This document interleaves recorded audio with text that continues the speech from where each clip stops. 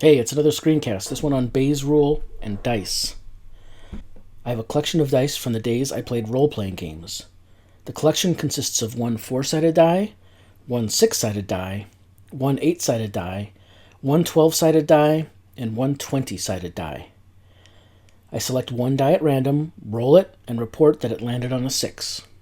I don't tell you which die I chose, I just tell you that I got a 6. So what we want to do is that for each die in the collection, we want to compute the probability that it's that die that I rolled. So let's set up some notation for the problem. Let D represent the event that the die I rolled landed on a 6. D doesn't take into account how many sides the die had. It's just the event that I get a 6. Next, I want to set up some notation here that represents a hypothesis. And H sub I is going to represent the hypothesis that I rolled an I-sided die. Now, I here, of course, we've got a limited number of sides. So I'm going to use I to index our collection of dice, where I is the number of sides on the die. Therefore, we're limited by the number of sides that are available, correct? We only want a 4-sided, 6-sided, 8-sided, 12-sided, and 20-sided die. We want to compute this conditional probability, the probability that I rolled an I-sided die given I got a 6. Right? So that's what we want to compute, and we want to compute it for each of the i's that are in our set omega here. So for each I, Bayes' rule allows us to write this. The conditional probability we seek can be written in this way.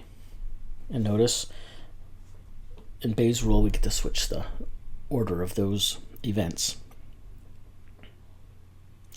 So looking at the right-hand side of this equation, or this expression, it shows that we need to calculate a bunch of probabilities of getting HI, and a bunch of conditional probabilities of this form. So the probability that I picked a J-sided die, and the probability that a J-sided die lands on a 6. Let's do that next. To calculate the probability, I chose a J-sided die. I just remember that the die was chosen at random from a collection of 6 dice. The choice of any one die was equally likely, and so the probability I chose a J-sided die is 1/6 for all J. Let's see, what does that do to our formula here from Bayes' rule? Well, if we replace each of these probabilities of choosing a J-sided die with 1/6, we notice downstairs 1/6 is in all the sum ends, so we can pull that out of the sum, and then it cancels with the 1/6 at the top, and so our Bayes' rule formula simplifies to this. It just consists entirely of the conditional probabilities, which we'll calculate next. So to calculate the conditional probability that we roll a 6 given we have a J-sided die, we want to remember this.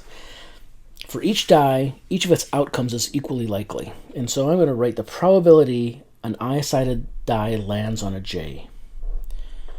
So first of all, notice if J is bigger than the number of sides on the die, there's no chance you're going to roll it. But if J is less than or equal to the number of sides on the die, and there's I sides, then the chance you get J is 1/I, because every outcome is equally likely when you roll that die. So given our definition of D, that is that we roll a 6, the probability that we rolled a 6 under the hypothesis we have an I-sided die is this. If our I is less than 6, there's no chance we could have rolled a 6. Specifically, we can't roll a 6 on a 4-sided die. But if the number of sides we have is bigger than or equal to 6, then we could get a 6. And so the chance that we rolled a 6 is 1/I, the number of sides on the die. So this notation here is a little bit complicated. If you didn't get it the first time, rewind and listen to my explanation one more time. So let's bring it all together. We have our formula from Bayes' rule. We know all of these are a constant 1/6, and we can ignore them because they pull out and cancel. And so when we want to compute this conditional probability, we need to focus on these. So if we look at the sum end down here, when j is 4, we know that the probability we roll a 6 on a 4-sided die is 0. So the only sum ends that are going to be represented down in the denominator are the sum ends that correspond to the either dice. That's the 6, the 8, the 12, and the 20-sided dice.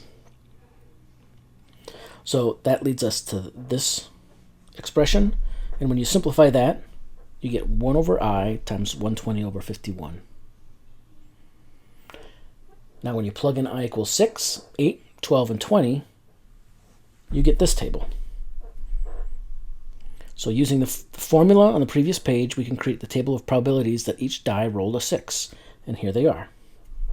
Notice for a 4-sided die, it's impossible to roll a 6, so that's why the 0 is there. But here's the answer we sought.